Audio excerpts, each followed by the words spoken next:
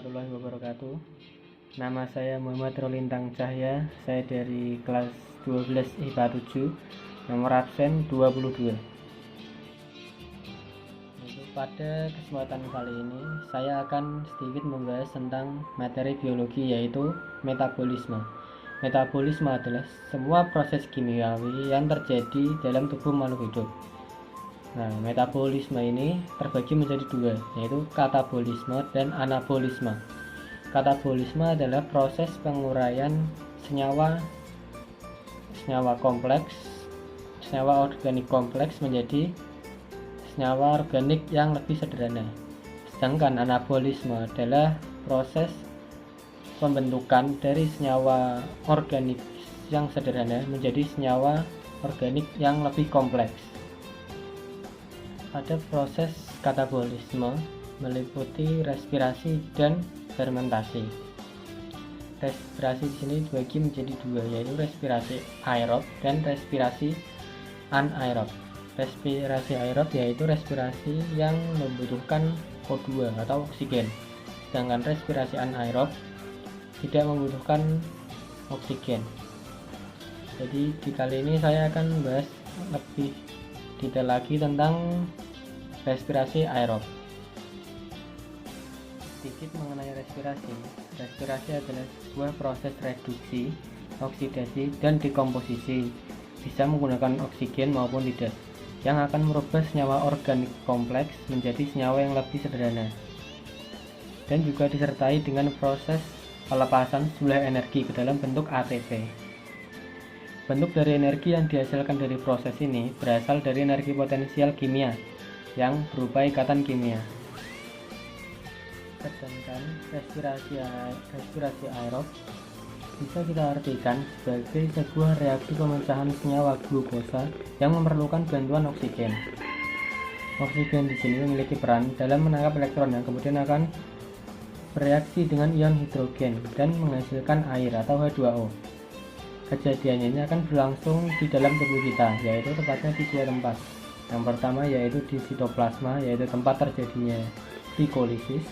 Yang kedua yaitu di mitokondria, yaitu tempat terjadinya dekarboksilasi oksidatif, siklus Krebs, dan transport elektron.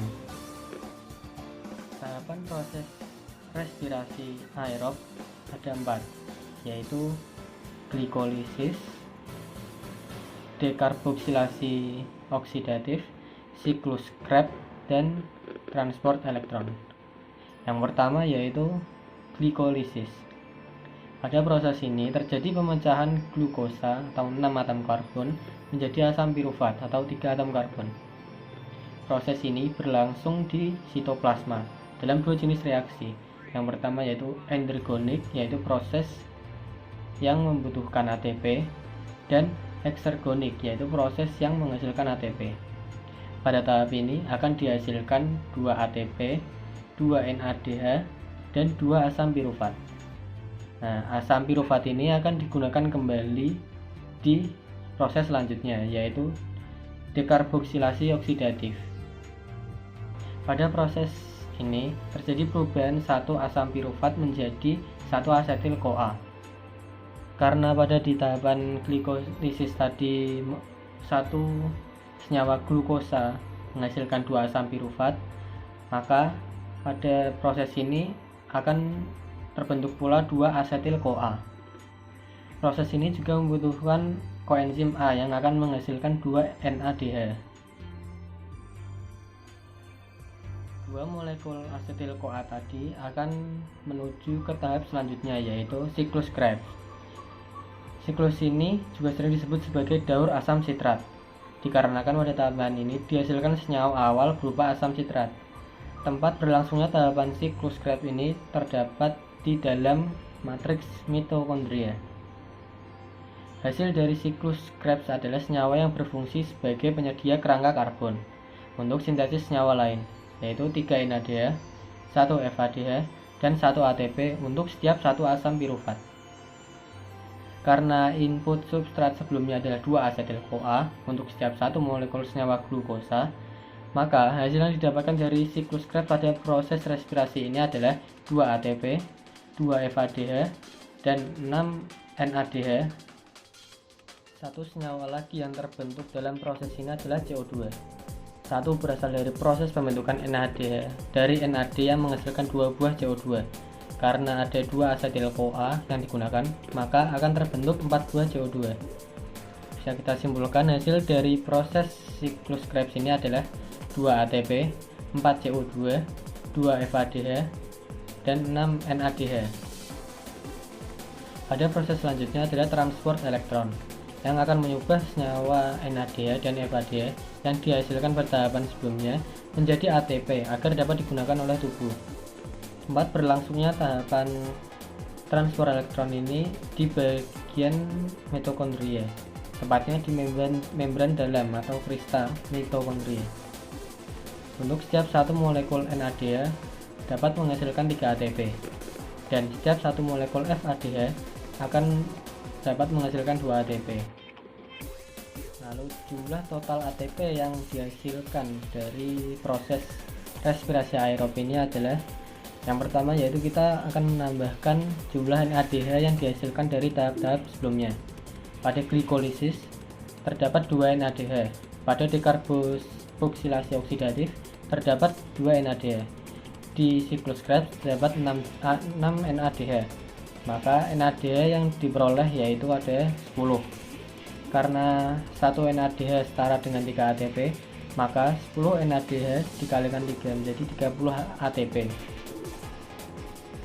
Sedangkan jumlah FADH yang kita dapatkan dari proses siklus Krebs adalah 2 FADH.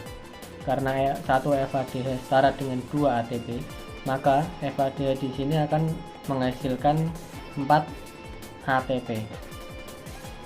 Jika kita jumlahkan 4 ATP dari proses glikolisis dan siklus Krebs, maka total ATP yang dihasilkan dari proses respirasi aerob ini yaitu sebanyak 38 ATP.